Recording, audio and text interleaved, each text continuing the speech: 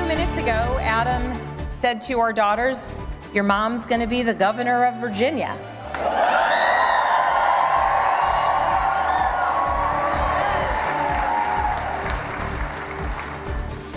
And I can guarantee those words have never been spoken in Virginia ever before.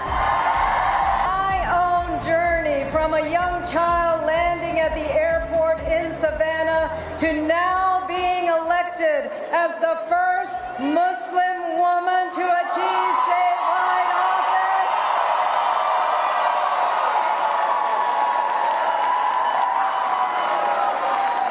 The first Muslim woman to achieve statewide office, not just in Virginia, but in the entire country. That I am honored and ready to be your next Attorney General of Virginia.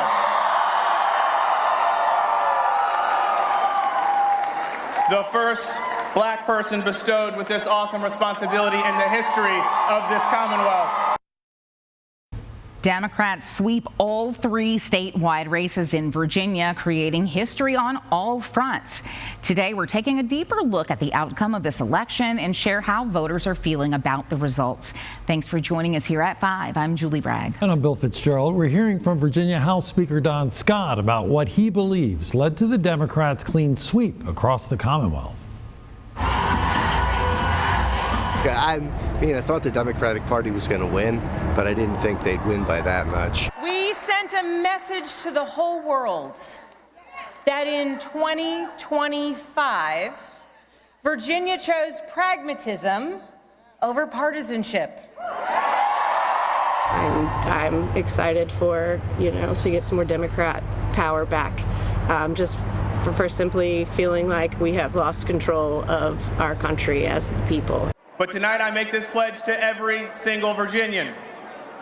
I will never, ever stop fighting for you. I don't think the Democrats could have imagined a night that went better than it did last night. A clean sweep of Virginia's top 3 statewide races and a robust performance in House races across the Commonwealth Tuesday brought Democrats back into power. Leading the way, Governor-elect Abigail Spanberger and House Speaker Don Scott. Just a total rout of Winsome Earle-Sears, and Don Scott pitched an almost no-hitter in the House of Delegates races, winning almost everywhere. Northern Virginia, Hampton Roads, Richmond metropolitan area. There's no bright spot at all for the Republicans. This is what a mandate looks like. A euphoric Scott said Wednesday the 13-seat pickup gives Democrats their biggest majority in 3 decades. And he said they did it by fielding candidates attractive to independents and even some Republicans. They were veterans, they were teachers, they were social workers. They were trusted by their community. We have a pediatrician coming in, doctor will be in the House. Scott added Republicans hurt themselves by never questioning President Trump, including what he called the destruction of Virginia jobs. Virginia Republicans were too terrified to stand up to Donald Trump. We told that story over and over and over again. With Democrats in control of every branch of government, Scott laid out an ambitious agenda. Strengthening schools, creating jobs, expanding access to health care, lowering costs, and putting money back in people's pockets. And we made protecting fundamental rights central to our work, from reproductive freedom to marriage equality to the right to vote to protecting democracy itself. Yet our political analyst, Dr. Bob Holsworth, says there are some clouds on the horizon for Spanberger, such as how she'll deal with Washington should President Trump decide to weigh in on Virginia issues, such as the Wind Project off Virginia Beach or increasing ICE actions and deportations. She's not somebody who likes to pick fights, and particularly partisan fights. She wants to be someone who works across the aisle, gets along. And even while basking in the glow of victory, Scott tried to sound a note of caution. The word of the day now is restraint. We can't overreach. We have to be restrained. We have to be wise with the gift that the voters have given us. Now, as far as what last night's results portend for next year's congressional elections, Dr. Bob, who will be joining me here in just a moment, says that in Virginia, if Republicans don't distance themselves from President Trump, they should expect a similar outcome. With this historic election, 2 women will hold the highest seats in the state for the first time, joining just a small group of states that can say the same. Our Joy Foltz talked with the director of Rutgers Center for American Women in Politics, and she shares what this could mean for the future of women in politics. It's a night in which the Commonwealth made more than one mark in the history books. The history Virginia is making tonight, it is yours. The 2025 election producing the state's first female governor and the country's first Muslim woman elected to a statewide office. Voters deciding by large margins that Governor-elect Abigail Spanberger and Lieutenant Governor-elect Ghazala Hashmi would hold the state's highest political powers. It's a tremendous honor to be in this position, and it's one that I frankly could not have imagined a few decades ago. Your mom's going to be the governor of Virginia. And I can guarantee those words have never been spoken in Virginia ever before. And I think the election of both of these women as chief executives of their state helps us dispel this myth that women running particularly for high-level executive positions might not get voters' support. Debbie Walsh with the Center for American Women in Politics at Rutgers University, adding that with this election, Virginia will be joining a small group of states in which both the governor and lieutenant governor have been women at the same time. And there's diversity among those women, right? So there will be different experiences that each of them are going to be bringing to the table. New seats of service, Hashmi and Spanberger say they're excited to get started in. I know the list of challenges that we are facing is long, but I also know that the only way we're going to solve these problems is by tackling them together. My work has always been focused on the issues that impact communities and families, and I certainly hope to be able to continue those priorities as Lieutenant Governor. Both expressing their gratitude to those that made this triumph possible, and hopeful it'll inspire others to believe that even uncharted dreams can be achieved. I may be the first, but I certainly will not be the last, and that is a sign of how broad and diverse and inclusive Virginia as well as this country can be. That the girls and the young women I have met along the campaign trail now know with certainty that they can achieve anything. And as you can see behind me, preparation for that historic inauguration has already begun, which will happen January 17th, 2026. For CBS 6 News, I'm Joy Foltz. Each election is a reflection on how your community is feeling about the state of the Commonwealth and the country. And we wanted to hear your thoughts about yesterday's results. Our AJ Nwoko spent the day talking to Virginians and shares what they hope to see going forward. It's out with the old and in with the blue. Millions of Virginians making their voices heard at the ballot box on Election Day with historic wins from the Commonwealth's top offices. But how are people feeling about the results a day later? I felt pretty good about it. I think it was a very important election. I went out to get my finger on the pulse, with some people feeling pretty excited. Very, very exciting. It's a ray of hope, I think.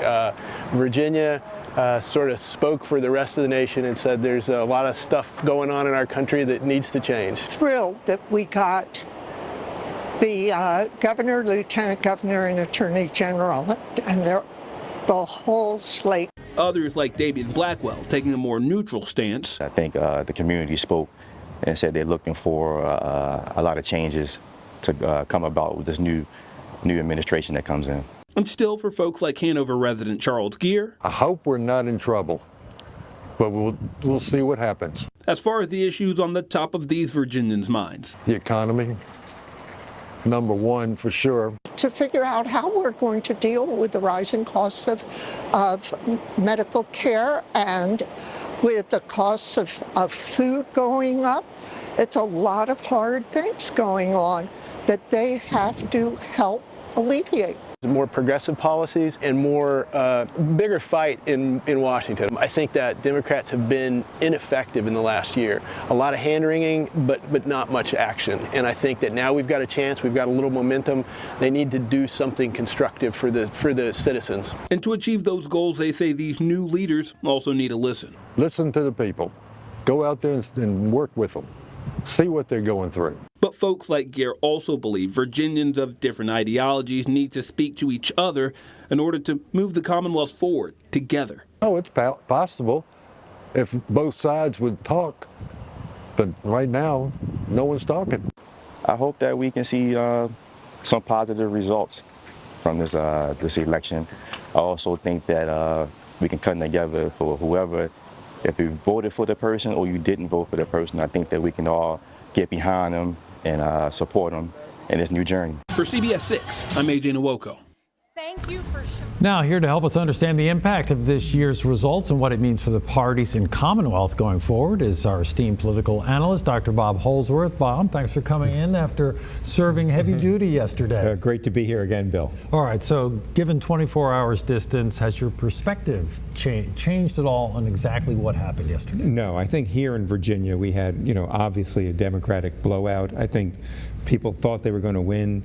I think they were surprised by the margins, particularly the margin of the Attorney General's race, and also how well the Democrats did in the House.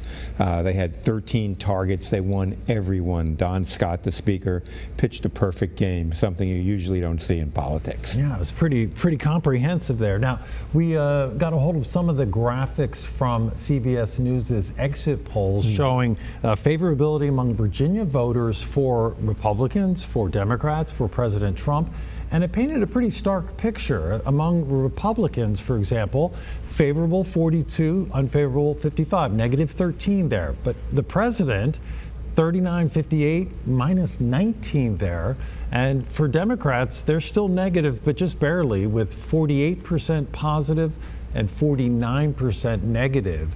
But just looking at that graphic right there, that kind of tells you sort of what happened yesterday. Well, it really tells you the story of how influential the perception of Donald Trump, who takes up so much of the political oxygen, is in Virginia and probably around the nation right now. And that's driving so much. And the challenge for the Republican Party is that it's very difficult for leading Republicans to distance themselves from Donald Trump, to show any daylight between them and him. And that is working to the advantage of the Democrats. I was a little surprised at how positive, actually, the results are for the Democrats, because nationally, they're in the tank as well. And it has been largely because other Democrats don't think they're fighting enough.